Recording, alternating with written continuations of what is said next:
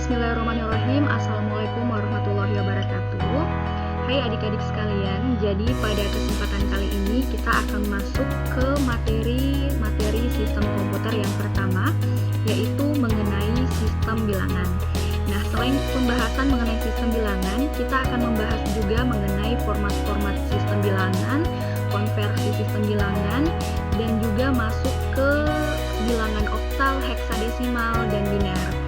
Nah, tanpa berpanjang lebar lagi, mari kita masuk ke materinya.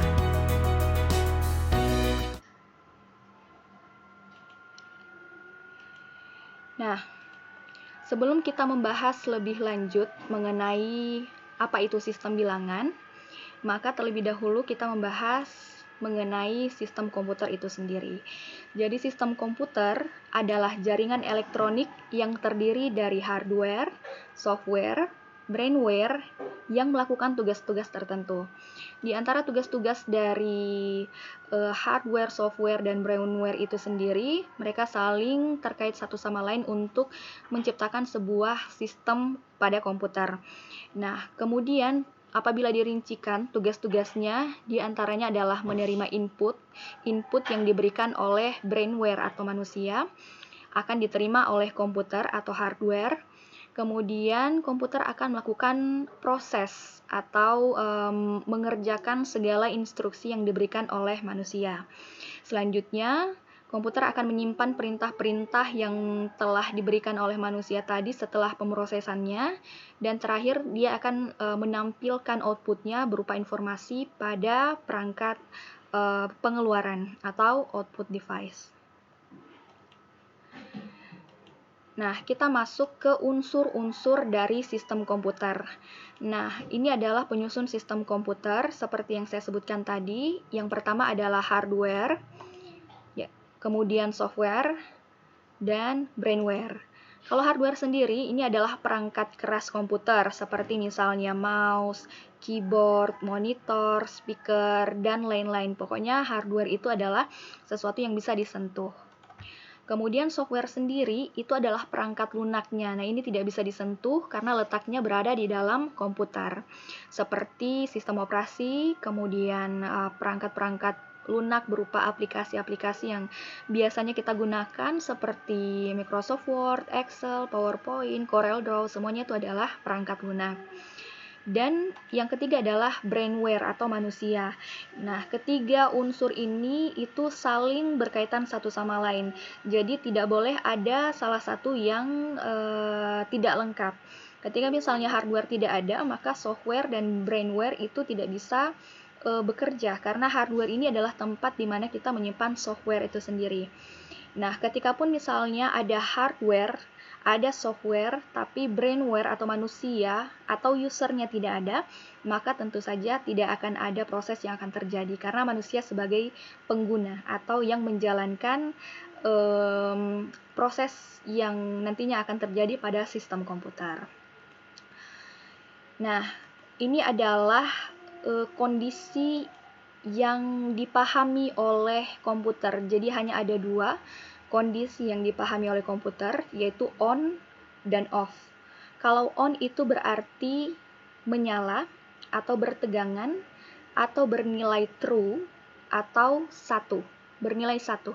Sementara kalau off berarti mati, tidak bertegangan, tidak berarus, atau tidak menyala. Nah, ini angka 0 dan 1 ini adalah bahasa mesin atau bahasa binary. Artinya hanya angka 0 dan 1 saja yang dapat dipahami oleh komputer. Nah, selanjutnya kita akan membahas mengenai sistem bilangan. Apa-apa saja sih sistem bilangan yang ada pada komputer atau dipahami oleh komputer? Tapi sebelumnya, apa itu sistem bilangan? Nah, sistem bilangan adalah suatu cara untuk menentukan ukuran dari sebuah benda fisik. Untuk sistem bilangan sendiri itu terdiri dari 4. Yang pertama adalah bilangan berbasis 2. Untuk bilangan berbasis 2 ini dikenal dengan sistem bilangan biner. Kemudian untuk sistem bilangan biner seperti yang saya sebutkan sebelumnya hanya mengenal dua kondisi atau dua angka yaitu 0 dan 1. Kalau bukan 1 0, kalau bukan 0 1. Jadi hanya dua saja sistem bilangan yang dipahami oleh komputer, yaitu 0 dan 1. Maksud saya hanya dua angka saja yang dipahami oleh komputer, yaitu 0 dan 1, yang disebut dengan bahasa binary atau bahasa mesin. Selanjutnya adalah bilangan berbasis oktal atau berbasis 8 angka yang terdiri dari 0, 1, 2, 3, 4, 5, 6, sampai dengan 7. Jadi jumlahnya ada 7 bilangan yang dipahami oleh sistem bilangan oktal, terdiri dari 8 bilangan.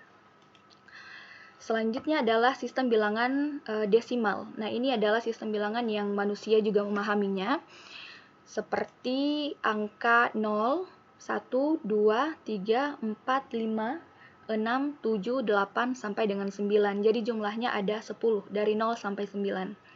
Tapi sistem bilangan desimal ini itu tidak dipahami oleh mesin atau tidak dipahami oleh komputer. Dan yang terakhir adalah sistem bilangan berbasis 16 atau biasa dikatakan heksadesimal. Untuk heksadesimal ini terdiri dari 16 angka, yaitu 0 sampai dengan 9, kemudian A sampai F. Dia tidak menggunakan angka 10 ya. Jadi 10-nya itu diganti dengan simbol A, 11-nya B, 12-nya C, 13-nya D, 14-nya E, dan 15-nya F. Seperti itu. Lanjut, kita masuk ke format-format bilangan. Nah, ini salah satu contoh dari sebuah angka yang berbasis biner, karena kita perhatikan ada angka 2 di belakang 110 ini. Berarti 110 ini adalah bilangan berbasis biner. Selanjutnya, contoh yang kedua adalah 290, kemudian ada angka 8 di belakangnya. Nah, ini artinya angka 290 ini adalah angka atau bilangan yang berbasis oktal, karena oktal itu berbasis 8. Jadi ketika misalnya kita ingin mengetahui sebuah angka ini dia termasuk bilangan apa, maka perhatikan saja bilangan-bilangan yang ada di belakangnya, yang bentuknya lebih kecil dibandingkan bilangan tersebut. Jadi seperti 110, kemudian angka 2 melambangkan biner, 8 melambangkan oktal, 10 melambangkan desimal, dan 16 melambangkan heksadesimal. Baik, selanjutnya kita akan masuk ke konversi bilangan. Nah, konversi bilangan sendiri ini adalah teknik mengubah suatu bentuk bilangan ke bentuk bilangan yang lain tanpa mengubah nilainya. Nah, kenapa sih harus dilakukan konversi bilangan? Itu dikarenakan komputer itu tidak mengerti bahasa manusia. Jadi, komputer tidak mengerti angka-angka desimal yang diberikan oleh manusia. Begitupun sebaliknya. Manusia juga tidak akan mampu untuk membaca angka-angka biner yang dipahami oleh komputer. Sehingga kenapa kita harus terjadi proses konversi pada sistem komputer itu sendiri. Seperti itu. Selanjutnya ini adalah proses yang terjadi ketika manusia menginputkan data sampai kemudian data yang diinputkan itu muncul pada layar monitor. Nah, ibaratkan ada manusia. Manusia itu menginputkan data pada laptop misalnya. Dia menginputkan angka-angka desimal. Misalnya angka 1 ditambah 2. Nah, karena komputer itu tidak mengerti angka desimal, maka akan terjadi proses yang namanya encoder. Encoder itu adalah proses konversi atau pengubahan dari bentuk bilangan desimal ke bentuk bilangan biner. Jadi angka satunya tadi akan diubah menjadi 0001 dan angka 2-nya akan diubah menjadi angka 0010. Jadi angka yang berbasis 4 ini 0001 ini terdiri dari 4 bit. Ini adalah angka biner ya, adik-adik sekalian. Jadi 1 diubah menjadi 0001 dan angka 2 diubah menjadi 0010. Nah, apa yang terjadi selanjutnya setelah terjadi proses encoder, maka komputer akan memasukkan angka-angka yang sudah berbentuk biner tadi ke dalam Central Processing Unit atau biasa kita kenal dengan CPU atau prosesor. Nah, angka biner ini dimasukkan ke dalam prosesor untuk melakukan operasi aritmatika. Jadi dia menjumlahkan, karena permintaan dari manusia adalah menjumlahkan 1 ditambah 2, maka dia juga akan menjumlahkan 1 ditambah 2, tapi dalam bentuk biner. Nah, didapatkanlah angka 1 ditambah 0 hasilnya 1, 0 ditambah 1 hasilnya 1, 0-nya turun dan 0-nya turun. Jadi 1 dalam biner dijumlahkan dengan 2 dalam biner menghasilkan 3 dalam biner. 3 dalam biner bentuknya seperti ini, 0011. Nah, selanjutnya sebelum ditampilkan ke output device atau monitor, atau perangkat pengeluaran, maka terjadi proses decoder. Nah, decoder itu kebalikan dari encoder. Kalau encoder tadi dari desimal ke biner, maka decoder adalah dari biner ke desimal. Seperti yang saya sebutkan tadi, kenapa harus terjadi proses konversi? Karena ketika misalnya angka 0011 ini yang dalam bentuk biner ditampilkan di layar monitor, maka manusia pasti tidak akan memahami, karena ini adalah bahasa mesin. Begitu pula sebaliknya. Makanya harus terjadi proses encoder dan decoder. Nah, muncullah angka 3 setelah proses decoder selesai dan muncullah pada layar monitor kita. Jadi sebenarnya proses yang dialami oleh komputer ketika dia memproses permintaan dari manusia serumit ini, tapi karena komputer adalah mesin, maka dia dapat melakukan itu sepersekian detik. Jadi ini adalah alur pemrosesan data. Selanjutnya kita masuk ke konversi bilangan. Konversi, proses pengubahan dari satu bentuk bilangan ke bentuk bilangan lain tanpa mengubah nilainya. Oke, ini contoh yang pertama adalah konversi dari bilangan desimal yang berbasis 10 ini ke bentuk sistem bilangan oktal. Taruhlah ada contoh angka desimal 33 ingin diubah ke dalam bentuk oktal atau 8. Nah, 33 caranya ya, 33 dibagi 8 atau per 8. Kenapa harus dibagi 8? Karena kita akan mengubah ke dalam bentuk oktal. Sementara oktal adalah sistem bilangan yang berbasis 8, maka dia harus dibagi 8. Sementara kalau nanti kita akan mengubahnya ke bentuk biner, maka dia akan dibagi 2 karena biner berbasis 2. Atau kalau kita ingin mengubah ke dalam bentuk heksadesimal, maka dia akan dibagi 16. Oke, kita selesaikan dulu konversi bilangan dari desimal ke oktal ini. 33 per 8. Jadi 33 dibagi 8 dapat 4, sisa 1.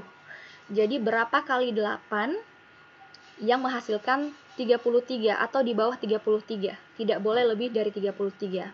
Nah, didapatlah angka 4. Karena 4 kali 8, 32. Ditambah sisanya 1, cukup menjadi 33. Selanjutnya, angka 4 tadi ini hasil pembagiannya dibagi lagi ke basis oktal, yaitu 8. Jadi 4 per 8, sisanya adalah 0. Kenapa 0? Hasilnya adalah 0. Kenapa? Karena 4 dibagi 8 itu tidak mencukupi. Karena 8 lebih besar dibandingkan 4, sehingga kita berikan angka 0. Karena 4 tidak bisa membagi angka 8. Kemudian kita simpanlah angka 4 tadi ini yang tidak bisa dibagi ke dalam bagian sisa. Selanjutnya, tetap kita bagi kembali, 0 ini turun, kemudian dibagi 8 kembali, hasilnya adalah 0, sisanya 0. Kenapa 0? Karena 0 dibagi 8 tidak bisa, kalau tidak bisa maka kita tulis 0. Kemudian sisanya adalah 0 karena memang ini adalah pembaginya. Baik. Jadi, satu syarat pada saat kita melakukan konversi adalah kita hanya akan berhenti ketika kita mendapatkan 0 sisa 0. Seperti yang kalian lihat di sini, 0 sisa 0 berarti prosesnya sudah selesai. Nah, bagaimana hasilnya? Untuk memperoleh hasil dari konversi yang kita berikan, kita lakukan, maka urutkan sisa pembagian dari bawah ke atas. Dari bawah, yaitu dari 0, kemudian ke 4, kemudian 1. Jadi kita fokus pada sisanya. Itu adalah hasil dari konversi ini. Jadi 33 dalam desimal sama dengan 041 dalam oktal atau sama dengan 41 oktal. Oke, mungkin kita bisa lihat di sini. Ini salah satu contoh yang akan saya berikan secara tertulis ya, tapi dengan angka yang berbeda dari contoh yang tadi, misalnya angka 18. 18 desimal ini akan kita ubah ke dalam bentuk biner. Nah, kalau tadi dalam bentuk oktal, nah sekarang kita akan ubah ini ke dalam bentuk biner. Jadi 18 per 2. 18 per 2 adalah 2 kali berapa yang menghasilkan 18? 2 kali 9 ya. Jadi sisa 0. 2 kali 9, 18, sisa 0. Kemudian 9-nya turun lagi, 9 per 2.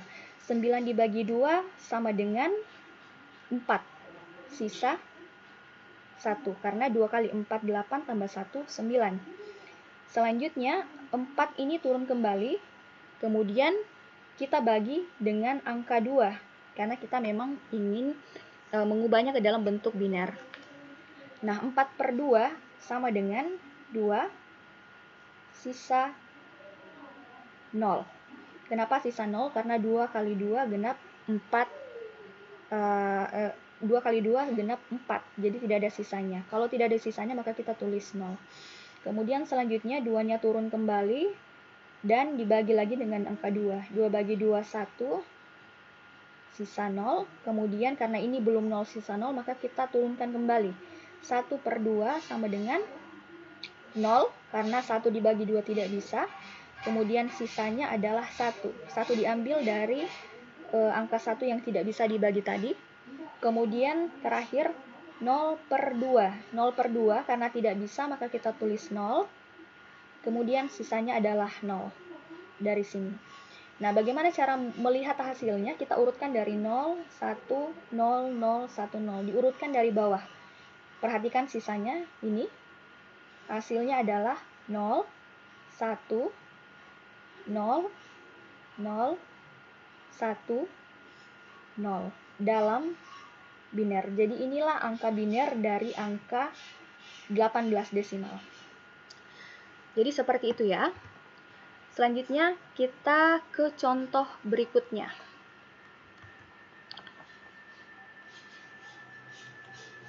Contoh berikutnya ini adalah konversi dari sistem bilangan biner seperti yang saya sebutkan tadi, saya jelaskan tadi pada kertas.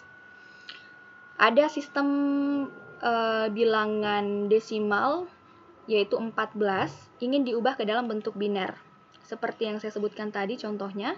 Jadi 14 dibagi 2 karena 2 adalah basisnya biner. 14 bagi 2 sama dengan 7, sisa 0. Kemudian 7-nya turun, dibagi lagi dengan angka 2, hasilnya 3, sisa 1. Karena 7 dibagi 2 kan tidak bisa. Jadi kita ambil 3 saja. Kemudian dijadikan sisa 1. 2 kali 3 sama dengan 6, 6 tambah 1 sama dengan 7. Selanjutnya 3 dibagi 2 kembali sama dengan 1, sisa 1. Dan satunya dibagi 2. Karena 1 dibagi 2 tidak bisa, maka kita tulis 0, sisa 1. Kemudian 0 dibagi 2 sama dengan 0, sisa 0. Nah, kalau sudah 0, sisa 0, maka prosesnya sudah selesai sampai di sini dan kita bisa melihat hasilnya dengan cara mengurutkan sisa dari proses ini dari bawah sampai ke atas. Jadi ingat dari bawah ke atas. Hasilnya adalah 0, 1, 1, 1, 0.